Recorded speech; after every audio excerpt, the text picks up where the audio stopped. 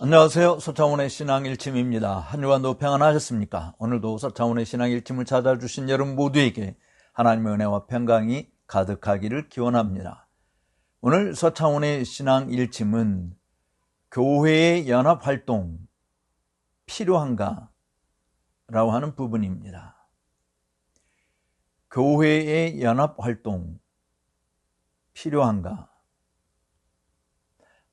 그걸 필요하지 않다고 말할 수 있는 사람이 누가 있을까요? 교회라고 하는 것은 하나의 공동체 아닌가요?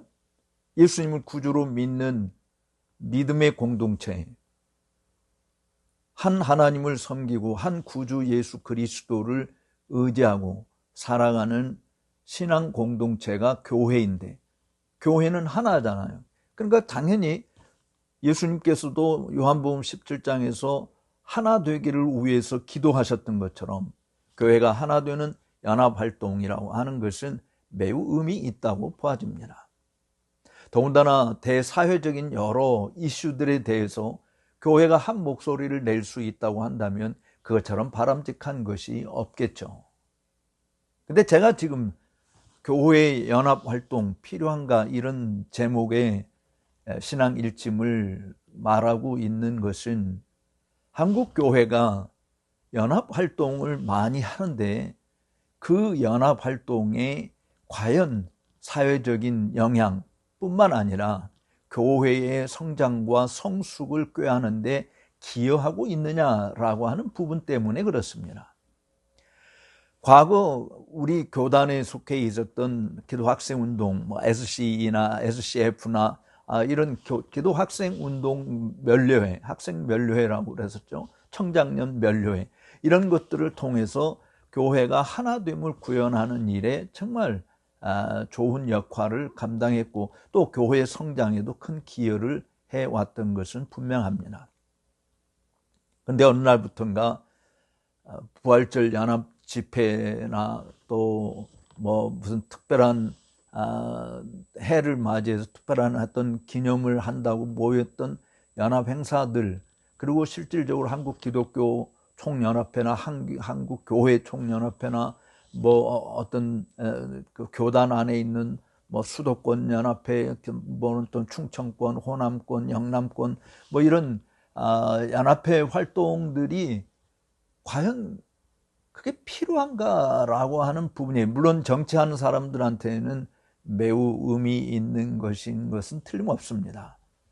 그런데 그런 연합활동이 지금은 많이 그 취지를 퇴색 변조시킨 모습들이기 때문에 부정적인 측면에서 한국교회 연합 활동 필요한가라고 하는 제목을 달아본 것입니다. 과거에 한국교회는 기도하는 교회로 소문이 났죠. 그리고 전도에 열심히 있는 교회로 소문이 났습니다. 주님의 일에 정말 헌신적으로 희생하고 봉사하는 일꾼들이 곳곳에 많이 있음을 자랑했었습니다. 아마 자랑했다고보다 그냥 정말 내세울 수 있었어요. 지금도 그런 분들이 없다고 말할 수 있는 것은 아니지만 지금은 더 이상 한국 교회가 기도하는 교회로 자랑하기 힘듭니다. 왜냐하면 전국의 수많은 기도원들이 거의 다 문을 닫고 있지 않습니까? 또 매일 1년 365일 새벽 기도가 있었고 금요 철야 기도가 있었고 했었던 이런 과거의 기도의 열기와 비교해 보면 지금은 철야 기도가 없고 그냥 금요 기도회로 심야 기도회로 모이고 말고, 또 새벽 기도도 월요일 날 쉰다든지 목회자들은 월요일 날 쉬는 것이 당연한 것처럼 되어 있고, 또 어떤 교회는 주일 날도 안 하고 토요일 날도 안 하고 명절들 맞이했었던 명절이라고 해서 쉬고 집에서 하라고 하는 이런 일들이 자연스럽게 이루어지고 있습니다. 그러니까 굉장히 편리주의로 치닫고 있는 것이죠. 사람들이 더 이상 기도 생활에 열심을 내지 못하고 있습니다. 과거에는 교회 출석률의 10%가 새벽기도 나온다라고 하는 이야기했지만 지금은 절반으로 뚝 떨어졌다라고 이야기도 들리기도 합니다. 어쨌든 기도하는 교회라고 자랑할 이유가 지금은 없어졌어요. 또 전도활동, 예전에는 물론 뭐 사회적인 어떤 인권 운동이 발달이 되면서 소음이나 공해를 정말 민감하게 반응하는 불신자들이 많기 때문에 그런 일도 많았지만, 어쨌든 버스를 타고 가면 버스 안에서 전도하는 일이 있었고, 전철을 타고 가면 전철 안에서 전도하는 행렬이 있었습니다. 또 길거리에서도 노방 전도하는 사람들을 볼 수가 있었습니다. 그렇지만 요즘에는 그런 일을 보기가 굉장히 어렵고, 또 노방 전도하는 교회들도 그야말로 이벤트 하는 식의 행사로 치우치고 말지, 하나님의 말씀을 전하고 정말 복음을 나누고 하는 이런 열기는 많이 쇠퇴해져 버리고 말았어요. 그래서 어떤 의미에서 교회의 세를 과시하기 위해서 연합활동을 하는지 모르겠습니다. 사실 한국 교회는 이제 자랑하는 것이 그런 기도와 어떤 전도의 열기, 희생적인 헌신, 이런 것보다는 이제는 교세의 위용, 아니면 뭐 교세의 위용도 이제 많이 위축됐습니다만은 교회당 건물의 화려함, 또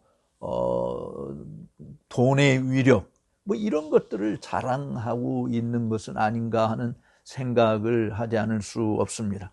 우리가 잘 아는 에레미야 9장 23절에 있는 말씀을 보면, 자랑하는 자는 이것으로 자랑하라, 그 24절에 그렇게 말씀하면서 23절 앞에서는 지혜로운 자는 그 지혜를 자랑하지 말라, 용사는 그 용맹을 자랑하지 말라, 부자는 그 부함을 자랑하지 말라, 자랑하지 말 것을 이야기했고, 오히려 자랑해야 될 것이 뭐냐면 하나님을 아는 것과 나 여호와는 인자와 또 공평과 정의를 땅에 행하는 자인 줄을 깨닫는 것이라, 나는 이 일을 기뻐하노라고 주님이 말씀했습니다. 즉 하나님을 아는 것, 그것을 자랑하라.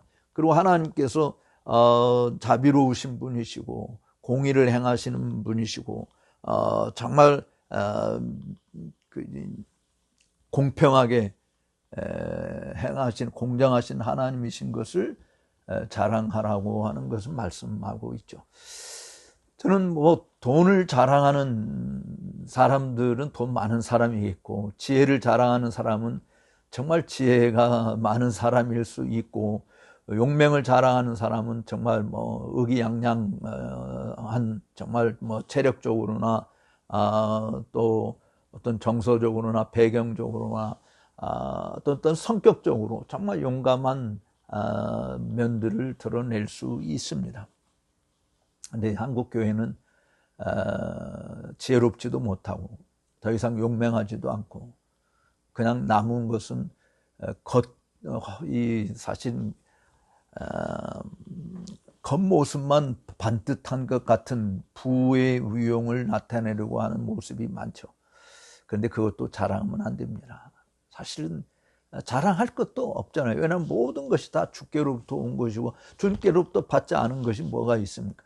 그러니까 우리가 그런 것들을 내세우지 말아야 되는데, 그런 것들을 내세워서 결국은 드러내고자 하는 것이 자신의 어떤 특정한 사람의 명예와 위용과 권세를 더 뽐내고 싶어하는 일들이 있지 않은가. 제가 한국교회 연합활동 과연 필요한가, 이런 제목으로 시작을 했습니다마는, 근래에 와서 뭐 조금 멀게는 1917년에 있었던 평양 대부흥운동을 기념하자고 하는 100주년 행사, 상암 경기장에서 정말 성대하게 치렀죠. 다시 한번 부흥의 역사를 경험하자고 한국교회가 연합해서 나섰습니다. 과연 부흥의 역사가 있었나요? 그 뒤로 부활절 연합 행사들도 계속해서 축소되고 이제는 뭐 지역별로 모이는 그런 행사들로 전략이 되었습니다만은, 그렇게 연합 활동을 한다고 해서 대사회에 예수 그리스도의 부활의 능력을 드러내는 일에 기여했습니까? 또 얼마 전에 있었던 로잔 국제대회를 연다고 정말 법석을 떨었습니다. 전 세계에 흩어져 있는 선교사님들도 동원되고 한국에 내놓을 만한 교회들이 다 동원되고 의미 있는 신학자들 다 힘께나 쓰는 사람들이 다 동원되었습니다. 근데 그 로잔 대회 이후에 한국 교회가 정말 하나 되었고 한국 교회가 새로워졌고 한국 교회가 더 성숙해졌고 한국 교회가 더 주님을 잘 섬기는 교회로 변화되었다라고 하는 그런 말을 조금이라도 들어본 적이 있습니까? 제가 지난주에 신앙 일침 말하면서 WA 왜 반대하나라고 이야기했는데, 그럼 국제대회를 유치한다고 해서 세계에 정말 기독교 복음이 확장되어지는 일에 폭발적인 힘을 발휘할 수 있는 것이 된다고 생각하십니까? 한국 교회에 정말 미치는 영향이 지대하다고 생각하십니까? 저는 어떤 사람들의 그러한 일들을 주도하는 사람들의 정치적인 위상을 높이는 것이 되고 자기 자신의 개인의 명성과 우리는 이런 일을 했다라고 하는 그런 업적 지향적인 모습들은 드러낼 수 있을지 몰라도 진짜 하나님이 원하시는 일들은 그런 것이 아니라고 봐져요. 왜냐하면 여호와의 이김, 전쟁, 우리가 사실은 영적 전쟁에 속해 있는 사람들입니다만은 그 전쟁에는 군대의 수의 많고 적음 또는 병기의 많고 적음에 달려있는 것이 아니지 않습니까? 전쟁에 능하시고 강하신 분은 만군의 주 하나님이잖아요. 사실은 구원은 하나님으로부터 오는 것인데, 근데 그 하나님을 자랑하는 그런 모임이 되지 못하고 있는 것이죠. 여러분, 연합 행사에 동원되고 있는 모습들을 보십시오. 얼마나 많은 재정이 들어갑니까? 얼마나 많은 사람들이 동원됩니까? 근데 무엇 때문에 그렇게 돈을 쓰고 있고 무엇 때문에 이렇게 많은 사람들이 동원돼야 되죠? 거기에 순서 맡은 사람들이라고 해서 정말 하나님이 함께 하시는 진짜 하나님의 사람이고 그런 순서에 끼이지도 못하고 먼 뒷발치에서 그냥 참석하는 데 의미를 두고 있는 그런 사람들은 진짜 하나님의 사람들이 아니고 뭐 이렇게 평가절하할 수 있는 것은 아니잖아요. 또 실제로 그렇게 모임을 가졌다고 이야기해서 한국 교회가 세계 교회를 선도하는 그런 주도적인 역할을 감당할까요? 저는 물론 지난 시간에 WA 반대하는 입장에 대해서 언급을 했습니다만은 우리는 교회 연합이라고 하는 것은 진리 안에서 하나 되는 것을 이야기하는 거예요. 같은 신앙을 고백하는 것이죠. 그러니까 사도 바울도 고린도교에 편지하면서 고린도전서 1장 10절에서 같은 말을 하고 같은 생각과 같은 뜻으로 합하라고 이야기하고 있습니다. 말은 복음주의고 말은 개혁주의고 말은 성경이 하나님의 말씀이라고 믿고 있지만 정말 생각이 같은 것이냐, 뜻이 같은 것이냐, 말은 같아도 의미가 전혀 다른 경우들이 얼마나 많이 있습니까? 그러니까 주님께서 우리에게 당부하신 것도 진리 안에서 하나 되는 것이, 성삼위의 하나님, 삼일째 하나님을 부정하는 사람들이 있다 한다면 하나 될 수 없지 않습니까? 성경이 정확무한 하나님의 말씀이라고 하는 사실을 거부하는 자들과 하나 된다고 말하는 것 자체가 어렵지 않습니까? 예수 그리스도만이 유일한 구주라고 하는 사실을 부정하고 일반 다른 종교에도 다 구원의 길이 있다고 하면서 종교 다원주의를 주장하는 사람들과 하나 된다고 하는 것이 가능합니까? 우리가 복음을 전도한다라고 이야기할 때 복음이 왜 전파되어야 되죠? 바로 예수 그리스도의 십자가 구속 사건을 통해서만이 죄인들이 구원받을 수 있는 유일한 길이기 때문에 이것을 복된 소식을 다른 사람들에게 전해주는 거 아닙니까? 근데 불교에도 구원이 있고 이슬람에게도 구원이 있고 힌두교에도 구원이 있고 뭐 다른 무속 신앙에도 구원이 있는 것이라고 이야기한다면 복음을 전해야 될 이유가 하나도 없는 것이죠. 그렇게 말하는 사람들은 왜 예수를 믿습니까? 예수도 믿고 부처님도 믿고 공자님도 믿고 뭐 온갖 잡신들도 다 믿는다고 말하는 그런 것이 정말 참된 기독교 신앙일까요? 아니잖아요. 제가 예수를 믿는 것은 예수님만이 유일한 길이기 때문에, 예수님만이 유일한 생명이고 유일한 진리이기 때문에 믿습니다. 그럼 그것이 아닌 다른 사람들에 대해서, 다른 종교에 대해서는 잘못되었다라고 이야기하는 것이고 왜 예수가 유일한 길이요 진리요 생명인지를 변증하는 일들이 필요한 것이죠. 그래서 복음을 전하는 거예요. 복음 전하는 것은 사실은 변증적 설교이기도 한 것입니다. 하나님을 알지 못하는 사람들에게 하나님이 누구인지를 알게 하는 것, 자기 자신의 정체성도조차도 제대로 알지 못하고 온갖 탐욕과 육체의 정욕과 안목의 정욕과 이생의 자랑에 일삼고 있는 그런 사람들의 실체가 어떠한 것인지를 드러내서 정말 하나님 앞에 비참한 죄인이고 영원한 저주를 피할 수 없는 죄인이라고 하는 사실을 드러내므로 그들이 예수 그리스도를 받아들일 수 있도록 만드는 것, 그게 복음 전하는 거 아니겠어요? 이 세상을 밝히는 일은 돈도 필요하고 권력도 필요하고 용맹도 필요합니다. 그렇지만 그 모든 것이 다 있어도 복음이 없으면 아무런 의미가 없잖아요. 돈의 위용을 자랑하는 한국 교회 몇몇 교회들이겠지만 그 교회의 복음의 위력은 어디 있습니까? 허세를 부리는 거칠에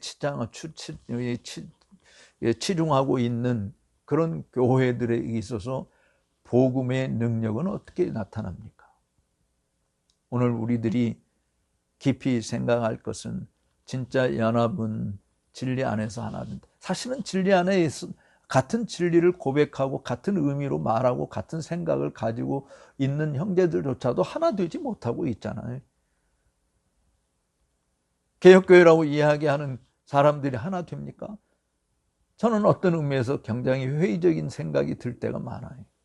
다 개혁교회를 하시는 분들도 나름대로 자기의 왕국을 건설하는 일에 더 치중하지, 주님의 공교회를 세우는 일에 협력한다, 하나 된다, 그걸 추구하는 사람이 거의 없지 않습니까? 이제는 우리는 진리를 붙들고 있다라고 하는 그 단순한 주장만으로 한국 교회를 유지할 수 있는 것이 아니고 그 진리가 진리됨을 드러내는 경험적이고 실천적이고 희생적인 노력이 필요한 것이죠. 교회 연합 활동, 앞에서는 제가 부정적인 측면에서 필요 없는 것으로 이야기했습니다만 이제는 교회 연합 필요합니다. 그래서 사실은 스코틀랜드 장로교회에서는 전통적으로 성찬 시즌이라고 하는 것이 있어서 그 성찬 시즌을 통해서 지역교회가 하나 된 모습으로 같은 주를 고백하며 주님의 살과 피를 먹고 마시는 일을 통해서 한 형제 자매된 것을 확인하는 일들을 늘 한 것이죠. 그래서 정말 같은 공동체의 일원, 우리가 한국 사람들이 말하는 가족 개념, 우리라고 하는 그 표현들이 사실은 성경적으로 참 정확한 표현이라고 보아져요. 나 중심이 아니라 우리 중심, 즉 개교의 중심이 아니라 우리 모든 교회, 하나님의 교회의 중심, 이것을 누가 이룰 것이냐라고 하는 것이 문제겠습니다만은 정치를 좋아하는 사람들의 의사에 맡기는 것이 아니라 정말 하나님의 진리를 사랑하는 사람들이 진리 안에서 함께 교제하고 그 진리가 편만하게 증거되어지고 사람들에게 영향을 미칠 수 있는 일이 되도록 노력하는 이런 일들이 하나됨의 필요성이라고 저는 보아져요. 그것이 오히려 예수님께서 너희가 서로 사랑하게 될 때 너희가 내 제자임을 세상 사람들이 알게 된다라고 말씀하신 것을 실현하는 거 아닐까요? 진리 안에서 서로 사랑하게 되고 하나 된 모습을 구현할 때, 아, 저들은 정말 예수님의 제자들이야, 예수 믿는 사람들은 정말 달라라고 하는 소리를 들을 수 있지 않겠습니까? 그런데 오늘날 우리가 처해 있는 교회의 모습은 교회 안에 수많은 싸움과 다툼과 갈등과 미움과 원망들이 뒤섞여 있어서 정말 평화가 찾아보기 어렵고 믿음의 위력을 드러내기 어렵고 자비로운 모습을 바라보기 어렵고 온유한 모습 바라보기 어렵고 정말 사랑이 풍성한 그런 모습 찾아보기 어려운 그런 모습으로 전락되어 버렸어요. 정말 교회가 회복하는 일을 위해서 우리는 하나 되어야 됩니다. 진리 안에서 하나 되어야 되는 것이. 그래서 진리의 위력을 더 풍성히 드러낸 어떤 특정한 사람들의 권세와 명예와 어떤 위용을 드러내기 위한 그런 수단이 아니라 진리의 위력을 드러내기 위한 수단으로 연합활동이 이루어져야 된다라고 하는 생각을 가지지 않을 수 없습니다. 오늘 서차원의 신앙 일침을 시청해주신 여러분 모두와 정말 진리 안에서 우리가 함께 움직일 수 있는, 그래서 같이 기도하고 같이 손을 잡고 같이 주의 나라를 흥왕케 하는 일에 희생하고 헌신하는 그러한 모습들이 구현되어짐으로 비록 작지만 작은 이 겨자씨 하나가 큰 무성한 나무를 이루어서 수많은 새들이 와서 깃드는 것처럼 그런 은혜의 역사를 이루는 일에 기꺼이 쓰임받는 저와 여러분들이 되시기를 주의 이름으로 축복합니다. 감사합니다.